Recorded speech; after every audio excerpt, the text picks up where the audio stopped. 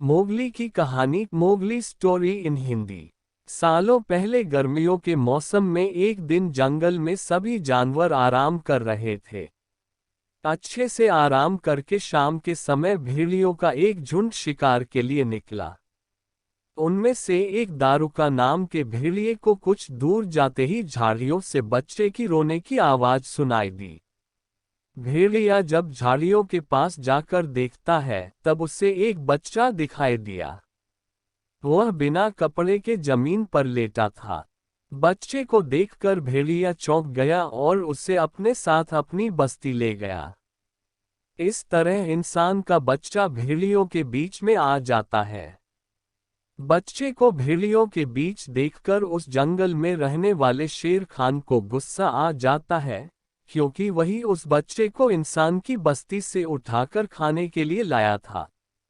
भेड़िया अपने परिवार की ही तरह इंसान के उस बच्चे को भी पालता है।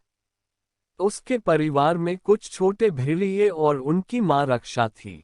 रक्षा ने उस बच्चे को मोगली नाम दिया।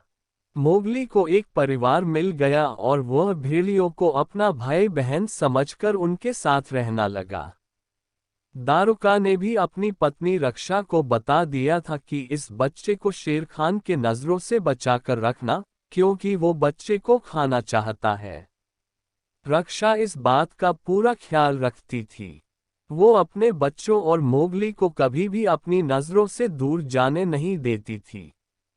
एक तरफ कुछ समय बीतने के बाद जंगल में रहने वाले सभी जानवर मोगली के बहुत अच्छे दोस्त बन गए। दूसरी तरफ शेर खान दूर से ही मोगली पर नजर गड़ाए रखता था। वह मोगली का शिकार करने के लिए उचित समय के इंतजार में था। भेड़ियों के झुंड का नेतृत्व एक बुद्धिमान भेड़िया कर रहा था। उस दल में बल्लू नाम का भालू और बघीरा नामक एक पैंथर भी था। सभी एक जगह एकत्रित होकर मोगली को लेकर बातें करने लगे। उनका कहना था कि हमें मोगली को भेड़िए की तरह ही पालना होगा। इस पर झुंड का सरदार अपने साथी बघीरा और बल्लू को बोलता है कि तुम दोनों मोगली को जंगल के नियम कानून सिखाओगे, साथ ही मोगली की रक्षा भी करोगे। इस तरह मोगली को जंगल में रहते रहते 1 साल बीत जाता है। मोगली धीरे धीरे करके बड़ा होने लगा और उसके बड़े होने तक बल्लू और बघीरा मोगली को सारे नियम कानून के साथ ही खुद की रक्षा करने का तरीका भी सिखा देते हैं। मोगली बड़े होने तक कई जानवरों की भाषा सीख जाता है। साथ ही वह आसानी से पेड़ों पर चढ़ना, नदी में तैरना व शिकार करना भी सीख गया। बघीरा ने मोगली को इंसानों द्वारा बिछाए फंदे और जाल से दूर रहने और जाल में फंसने के बाद उससे बाहर निकलने के तरीके सिखाए। एक दिन समूह में रहने वाला एक भेड़िए का छोटा बच्चा शिकारियों के बिछाए जाल में फंस जाता है। उस फंसे हुए भेड़िए को शेर खान खाना चाहता था, तभी शेर खान से पहले मोगली वहां पहुंचकर नन्हे भेड़िए को बचा लेता है। शेर खान को यह सब देखकर बहुत गुस्से आ जाता है। फिर शेर खान कुछ दिनों बाद मोगली को पकड़ने की कोशिश करता है, लेकिन वो उसे पकड़ नहीं पाता।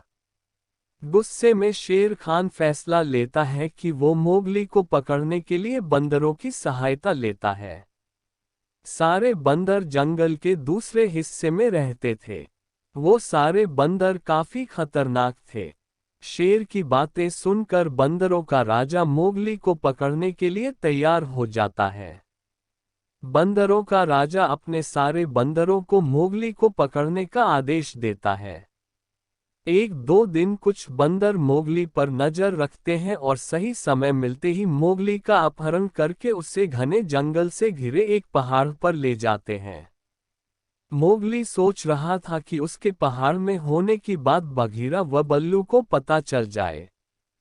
तब उसे आसमान में उड़ता हुआ एक चील दिखाई दिया। मोगली उस चील को आवाज लगाकर कहता है कि तुम मेरी मदद कर दो। मेरी यहाँ होने की खबर बघीरा और बल्लू को दे दो। उन्हें कहना कि मुझे बंदरों ने यहाँ कैद करके रखा है। चील ने जैसे ही मोगली की बात सुनी तो वो जंगल की तरफ बघीरा और बल्लू के पास पहुंची। बघीरा और बल्लू को मोगली की जानकारी मिलते ही वे को नामक अजगर से सहायता मांगने पहुंचे। शुरुआत में को सीधे बघीरा और बल्लू को मना कर देता है। फिर वे को मोगली के बारे में बताते हैं। मोगली के बारे में जानकर को उनकी सहायता करने के लिए राजी हो जाता है। सभी मोगली को बचाने के लिए निकल पड़ते हैं। शीघ्र ही को, बघीरा और बल्लू बंदरों के इलाके में पहुंच जाते हैं। वहां पहुंचकर तीनों छिपकर देखने लगते हैं। तीनों देखते हैं कि वहां सैकड़ों बंदर हैं। फिर थोड़ी देर बाद को कहता है कि अब मोगली को बचाने का समय आ गया है। चलो उससे बचाकर ले आते हैं। तभी तीनों बंदरों पर हमला कर देते हैं। बघीरा अपने पंजों से बंदरों पर वार करता है, जिसके दर्द से बंदर चिल्लाने लगते हैं। तभी कुछ बंदर बल्लू पर टूट पड़ते हैं। यह देखकर को अजगर आता है और बंदरों को पूंछ से मारने लगता है।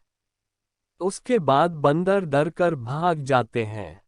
फिर तीनों चैन की सांस लेते हैं और को मोगली को दरवाजा तोड़कर बाहर निकाल लेता है। मोगली आजाद होते ही पेड़ के पीछे दौड़कर छिप गया। फिर अचानक से बंदर हमला करके बघीरा को घेर लेते हैं। बघीरा को घेरने के बाद बंदर मोगली को फिर से पकड़ लेते हैं। मोगली देखता है कि बघीरा घिरा हुआ है, तभी उसे याद आता है कि बंदरों को पानी से डर लगता है। वो बघीरा को चिल्लाकर बोलता है कि पानी में कूद जाओ, बंदरों को पानी से डर लगता है।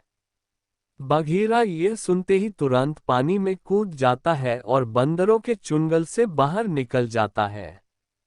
कुछ समय बाद मोगली बंदरों की कैद से भाग जाता है और फिर वो एक इंसानी बस्ती में पहुंचता है। उस बस्ती में पहुंचने के बाद उसे एक औरत मिलती है। उस औरत का नाम मेसुआ था, जिसका बच्चा सालों पहले एक शेर जंगल में उठाकर ले गया था। मोगली उसी औरत के साथ गांव में रहने लगता है। गांव वालों ने भी मोगली को रहने दिया और उसे जानवरों की देखभाल की जिम्मेदारी सौंप दी। कुछ दिनों बाद मोगली का भेड़िया भाई उसे गांव में देखता है।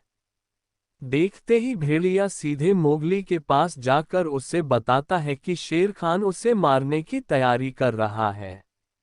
मोगली जान गया था कि शेर खान उसे इतनी आसानी से नहीं छोड़ने वाला है, इसलिए मोगली ने उसे खत्म करने का एक प्लान बनाया। उस योजना में मोगली ने अपने भेड़िया भाइयों की सहायता ली। उसने भेड़िया से कहा कि शेर खान को एक घाटी पर ले आओ। शेर खान के घाटी पर पहुंचने के बाद मोगली ने दोनों तरफ से भैंसों का झुंड छोड़ दिया और खुद भी एक भैंसे पर बैठ गया। शेर खान भैंसों के झुंड के पैरों के नीचे आ जाता है। तभी शेर खान की मौत हो जाती है। फिर मोगली बेखौफ होकर गांव वालों के साथ रहने लगा। कुछ समय बीतने के बाद गांव के कुछ लोगों ने मोगली पर जादू करने का आरोप लगाया और उसे गांव से बाहर निकाल दिया। तब तक मोगली बड़ा हो गया था। वहां से निकलकर वो सीधे जंगल गया। वहां रहते हुए कुछ समय बीता ही था कि उसके भेड़िया भाइयों और बहनों की मृत्यु हो गई। वह अकेले उदास घूमने लगा, तभी उसकी मुलाकात दोबारा मेसुआ से होती है। मोगली अपनी सारी कहानी मेसुआ को बताता है।